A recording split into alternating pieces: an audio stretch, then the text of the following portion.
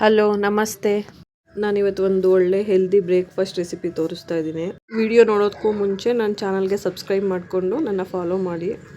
ಮೊದಲಿಗೆ ನಾನಿಲ್ಲಿ ಟೊಮೊಟೊ ಮೂಲಂಗಿ ಚಟ್ನಿ ತೋರಿಸ್ತಾ ಇದ್ದೀನಿ. ಅದು ಮಾಡೋದಕ್ಕೆ ಮೊದಲು ಒಂದು ಪ್ಯಾನ್ಗೆ ಸ್ವಲ್ಪ ಎಣ್ಣೆ ಹಾಕ್ಕೊಂಡು ಟೊಮೊಟೊನ ಸ್ಲೈಸಾಗಿ ಕಟ್ ಮಾಡಿಕೊಂಡು ಅಂದರೆ 2 ಭಾಗ ಮಾಡಿಕೊಂಡು ಎಣ್ಣೆ ಕಾಯ್ದಿದೆಯಲ್ಲ ಆ ಪ್ಯಾನ್ಗೆ ಇಟ್ಕೊಬೇಕು. ಟೊಮೊಟೊ ಇಟ್ಟಾದ್ಮೇಲೆ ಅದಕ್ಕೆ ಒಂದು ಈರುಳ್ಳಿ ತೊಗೋಬೇಕು. ನಾನಿಲ್ಲಿ 3 ಟೊಮೊಟೊ ತೊಗೊಂಡಿದ್ದೀನಿ, ಆ್ಯಪಲ್ ಟೊಮೊಟೊ. ಅದಕ್ಕೆ ಒಂದು ಸಣ್ಣದು ಈರುಳ್ಳಿ ತೊಗೊಂಡಿದ್ದೀನಿ ಮತ್ತು ಒಂದು 3 ಬ್ಯಾಡಗಿ ಮೆಣಸಿನ್ಕಾಯಿ ತೊಗೊಂಡಿದ್ದೀನಿ ಖಾರಕ್ಕೆ, ಮತ್ತು ಸ್ವಲ್ಪ ಒಂದು ಅರ್ಧ ಗೆಡ್ಡೆಯಷ್ಟು ಬೆಳ್ಳುಳ್ಳಿ ತೊಗೊಂಡಿದ್ದೀನಿ. ಅದಷ್ಟನ್ನು ಹಾಕ್ಬಿಟ್ಟು ಲಿಡ್ ಕ್ಲೋಸ್ ಮಾಡಿ ಟೊಮೊಟೊ ಸಾಫ್ಟ್ ಆಗೋ ತನಕ ಬೇಯಿಸ್ಕೋಬೇಕು. ಟೊಮೊಟೊ ಬೆಂದಮೇಲೆ ಅದು ತಣ್ಣಗಾಗೋದಕ್ಕೆ ಇಟ್ಬಿಟ್ಟು ಅದ್ರದ್ದು ಸಿಪ್ಪೆನ ಪೀಲ್ ಮಾಡ್ಕೋಬೇಕು. ಸಿಪ್ಪೆ ಪೀಲ್ ಮಾಡ್ಕೋಬೇಕು ಅಂತಲೇ ಏನಿಲ್ಲ, ಬಟ್ ಅದು ಗ್ರೈಂಡ್ ಮಾಡಬೇಕಾದ್ರೆ ಬೇಗ ನುಣ್ಣಗಾಗಲ್ಲ ಅಂತ ಅಷ್ಟೇ ನಾನು ಸಿಪ್ಪೆನಲ್ಲಿ ಪೀಲ್ ಮಾಡ್ಕೊತಾ ಇರೋದು. ನಿಮ್ಗೆ ಇಷ್ಟ ಇದ್ದರೆ ಬೇಕಿದ್ದರೆ ಸಿಪ್ಪೆ ಸಮೇತನೇ ಹಾಕ್ಕೋಬೋದು. ಅದಾದಮೇಲೆ ಫುಲ್ಲು ಇದನ್ನೆಲ್ಲ ಒಂದು ಮಿಕ್ಸರ್ ಜಾರ್ಗೆ ಹಾಕ್ಕೊಂಡು ರುಚಿಗೆ ತಕ್ಕಷ್ಟು ಉಪ್ಪು ಹಾಕ್ಕೋಬೇಕು. ಆಮೇಲೆ ನೆಸೆಸಿಟಿ ಇದ್ದರೆ ಒಂದು ಸ್ವಲ್ಪ ನೀರು, ಅಥವಾ ಟೊಮೊಟೊ ಗ್ರೈಂಡ್ ಮಾಡಬೇಕಾದ್ರೆ ಅದನ್ನೇ ನೀರು ಬಿಟ್ಕೊಳ್ಳುತ್ತೆ ನೋಡಿ, ಅದಷ್ಟಾದ್ರೂ ಸಾಕಾಗತ್ತೆ. ಇದಿಷ್ಟು ಹಾಕ್ಕೊಂಡು ನಿಮಗೆ ಖಾರ ಬೇಕು ಅಂದರೆ ಖಾರದ ಮೆಣಸಿನ್ಕಾಯಿ ಬೇಕಾದರೂ ಯೂಸ್ ಮಾಡ್ಬೋದು, ಬಟ್ ನಾವು ಯಾರೂ ಖಾರ ತಿನ್ನಲ್ಲ ಅಂದ್ಬಿಟ್ಟು ನಾನು ಬರೀ ಬ್ಯಾಡಗಿ ಮೆಣಸಿನ್ಕಾಯಿ 2ರಿಂದ 3 ಯೂಸ್ ಮಾಡಿದ್ದೀನಿ ಅಷ್ಟೇ. ಅದಷ್ಟನ್ನು ಹಾಕ್ಕೊಂಡು ನುಣ್ಣಗೆ ಪೇಸ್ಟ್ ಮಾಡ್ಕೋಬೇಕು. ಅದು ನುಣ್ಣಗೆ ಪೇಸ್ಟ್ ಮಾಡ್ಕೊಂಡಾದ್ಮೇಲೆ ಒಂದು ಬೌಲ್ಗೆ ಹಾಕ್ಕೊಂಡು ನಾನಿಲ್ಲಿ ಒಂದು ಮೂಲಂಗಿ ತೊಗೊಂಡು ಅದನ್ನು ಸಿಪ್ಪೆ ತೆಗೆದ್ಬಿಟ್ಟು ನೀಟಾಗಿ ತುರ್ಕೊತಾ ಇದ್ದೀನಿ.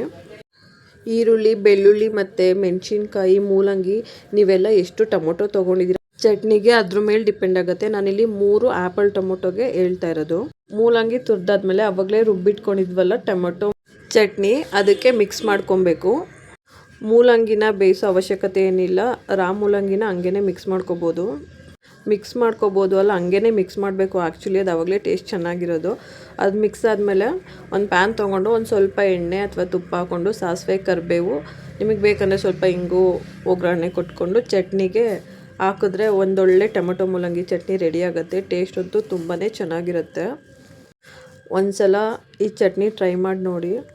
ನಾರ್ಮಲ್ ಟೊಮೊಟೊ ಚಟ್ನಿಗಿಂತ ಟೇಸ್ಟ್ ತುಂಬಾ ಚೆನ್ನಾಗಿರುತ್ತೆ. ನಾನು ಚಟ್ನಿ ಜೊತೆಗೆ ಇಲ್ಲಿ ರವೆ ಮತ್ತು ಸ್ವಲ್ಪ ಗೋಧಿ ಹಿಟ್ಟು ಹಾಕಿ ರೊಟ್ಟಿ ಮಾಡ್ಕೊತಾ ಇದ್ದೀನಿ. ನಾನಿಲ್ಲಿ ಒಂದು 2 ಕಪ್ಪಷ್ಟು ಚಿರೋಟಿ ರವೆ ತೊಗೊಂಡ್ರೆ ಒಂದು ಅರ್ಧದಿಂದ ಮುಕ್ಕಾಲು ಕಪ್ಪಷ್ಟು ಗೋಧಿ ಹಿಟ್ಟು ತೊಗೊಂಡಿದ್ದೀನಿ. ಇದ್ದರೆ ಅಕ್ಕಿ ಹಿಟ್ಟು ಬೇಕಾದರೂ ನೀವು ಸ್ವಲ್ಪ ಒಂದು ಅರ್ಧ ಬೌಲಷ್ಟು ಮಿಕ್ಸ್ ಮಾಡ್ಕೋಬೋದು. ಅದಕ್ಕೆ ನಾನು ಈರುಳ್ಳಿ, ಕ್ಯಾರೆಟು, ಸೌತೆಕಾಯಿ, ಕೊತ್ತಂಬರಿ ಸೊಪ್ಪು, ಜೀರಿಗೆ, ಬಿಳಿ ಎಳ್ಳು ಮತ್ತು ಇದ್ಕಿದ ಬೇಳೆ ಹಾಕ್ಕೊಂಡಿದ್ದೀನಿ. ಬೇಕಿದ್ರೆ ನಿಮಗೆ ಮೆಂತ್ಯ ಸೊಪ್ಪು ಮತ್ತು ಸಬ್ಬಕ್ಕಿ ಸೊಪ್ಪು ಕೂಡ ಹಾಕೋಬೋದು, ಇನ್ನೂ ಚೆನ್ನಾಗಿರುತ್ತೆ ಟೇಸ್ಟು. ಆಮೇಲೆ ರುಚಿಗೆ ತಕ್ಕಷ್ಟು ಉಪ್ಪು ಹಾಕ್ಕೊಂಡು ಸ್ವಲ್ಪನೇ ನೀರು ಹಾಕ್ಕೊಂಡು ಕನ್ಸಿಸ್ಟೆನ್ಸಿ ಬಳಿಯೋ ರೊಟ್ಟಿಗೆ ಎಷ್ಟು ಬೇಕೋ ಅಷ್ಟು ಕನ್ಸಿಸ್ಟೆನ್ಸಿಗೆ ನೀವು ಕಲಿಸ್ಕೊಳ್ಳಿ. ಅದಾದಮೇಲೆ ಒಂದು 10 ಮಿನಿಟ್ಸ್ ನೆನೆಯೋದಕ್ಕೆ ಇಟ್ಬಿಟ್ಟು ಆಮೇಲೆ ಹೆಂಚಿಗೆ ಸ್ವಲ್ಪ ಎಣ್ಣೆ ಅಥವಾ ನೀರು ನಿಮ್ಗೆ ಏನಾಗುತ್ತೋ ಅದನ್ನು ಹಾಕ್ಕೊಂಡು ನೀಟಾಗಿ ರೊಟ್ಟಿ ಬೆಳ್ಕೊಂಡು ಲಿಡ್ ಕ್ಲೋಸ್ ಮಾಡಿ ಒಂದು ಕಡೆ ಒಂದು 2 ಮಿನಿಟ್ಸ್ ಇನ್ನೊಂದು ಕಡೆ ದಬಾಕೊಂಡು ಒಂದು 30 ಸೆಕೆಂಡ್ ಬೇಯಿಸ್ಕೊಂಡ್ರೆ ಸೂಪರಾಗಿರೋ ಇದ್ಕಿದ ಬೇಳೆ ರವೆ ರೊಟ್ಟಿ ರೆಡಿ ಆಗುತ್ತೆ. ರೊಟ್ಟಿಗೂ ಮತ್ತು ಮೂಲಂಗಿ ಟೊಮೆಟೊ ಚಟ್ನಿಗೂ ಕಾಂಬಿನೇಷನ್ ಸೂಪರಾಗಿತ್ತು ಅಂತಲೇ ಹೇಳ್ಬೋದು. ಒಂದು ಸಲ ಟ್ರೈ ಮಾಡಿ ನೋಡಿ, ನಿಮಗೂ ತುಂಬಾ ಇಷ್ಟ ಆಗುತ್ತೆ. ಆಮೇಲೆ ನನ್ನ ಮಗಳಿಗೆ ಅಂತ ಇಲ್ಲಿ ಸ್ವಲ್ಪ ಅಕ್ಕಿಗೆ ಹೆಸರುಬೇಳೆ ಮಿಕ್ಸ್ ಮಾಡಿಕೊಂಡು ಅದಕ್ಕೆ ಈರುಳ್ಳಿ ಮತ್ತು ಬೆಳ್ಳುಳ್ಳಿ, ಇದ್ಕಿದ ಬೇಳೆ, ಟೊಮೆಟೊ ಮತ್ತು ಒಂದು ಸ್ವಲ್ಪ ಉಪ್ಪು, ಒಂದು ಸ್ವಲ್ಪ ಜೀರಿಗೆ ಪುಡಿ, ಉಪ್ಪನ್ನ ಸ್ವಲ್ಪ ಹಾಕ್ಕೊಳ್ಳಿ ಮಕ್ಳಿಗೆ. ಆಮೇಲೆ ಅನ್ನ ಸ್ವಲ್ಪ ಸಾಫ್ಟ್ ಆಗೋಕ್ಕೆ ನೀರು ಎಷ್ಟು ಬೇಕೋ ಅಷ್ಟು ಹಾಕ್ಕೊಂಡು ಒಂದು 2 to 3 ವಿಷಲ್ ಅಥವಾ ಪೊಂಗಲ್ಲು ಅಥವಾ ಬಿಸಿಬೇಳೆ ಬಾತ್ ಮಾಡೋಕ್ಕೆ ನಾವು ಯಾವ ಥರ ವಿಷಲ್ಲು ತೆಗೆಸ್ತೀವೋ ಆ ಥರ ವಿಷಲ್ ತೆಗೆಸಿದ್ರೆ ಬೇಬಿ ಫುಡ್ ರೆಡಿ ಆಗುತ್ತೆ. ಅದಾದಮೇಲೆ ನಾನು ರೊಟ್ಟಿ ಮಾಡಿದ್ರೆ ಗೊತ್ತಲ್ಲ, ಒಲೆಯೆಲ್ಲ ಫುಲ್ ಗಲೀಜಾಗಿರುತ್ತೆ. ಒಲೆಯೆಲ್ಲ ಒಂದು ಸಲ ಕ್ಲೀನ್ ಮಾಡಿದ್ರೇ ಮನಸ್ಸಿಗೆ ಸಮಾಧಾನ ಆಗೋದು.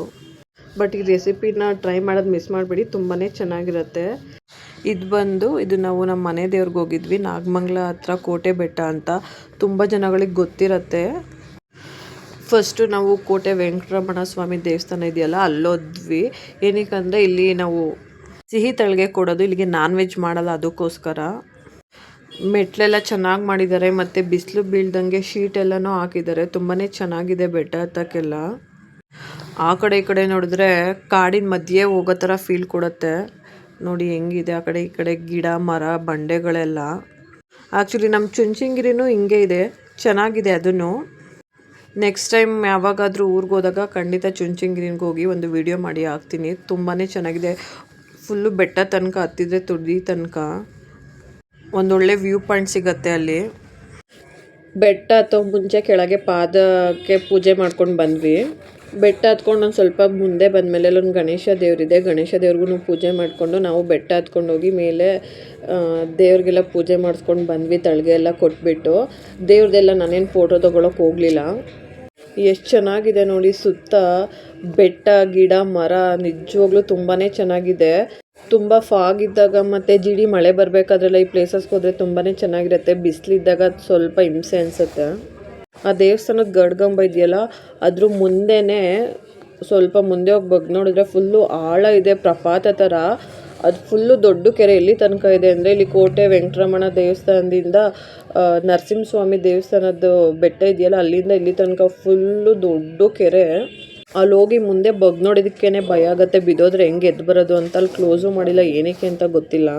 ನಾವು ಅಲ್ಲೆಲ್ಲ ಪೂಜೆ ಮಾಡಿಸ್ಕೊಂಡು ಅಲ್ಲಿಂದ ಅಲ್ಲಿ ಶನೇಶ್ವರನ ದೇವಸ್ಥಾನ ಇದೆ, ಅಲ್ಲೆಲ್ಲ ಪೂಜೆ ಮಾಡಿಸ್ಕೊಂಡು ಮೇಲೆ ನರಸಿಂಹಸ್ವಾಮಿ ದೇವಸ್ಥಾನಕ್ಕೆ ಹೋಗೋಣ ಅಂತ ಹೋಗ್ತಾ ಇದ್ವಿ. ಇದಂತೂ ಫುಲ್ಲು ಘಾಟ್ ಸೆಕ್ಷನ್ ಥರನೇ ಇದೆ. ಎಷ್ಟು ಟರ್ನಿಂಗ್ಗಳಿದೆ ಅಂದರೆ ಒಂದು ಕಡೆ ಎದುರುಗಡೆಯಿಂದ ಗಾಡಿ ಬಂದರೆ ಭಯ ಆಗುತ್ತೆ.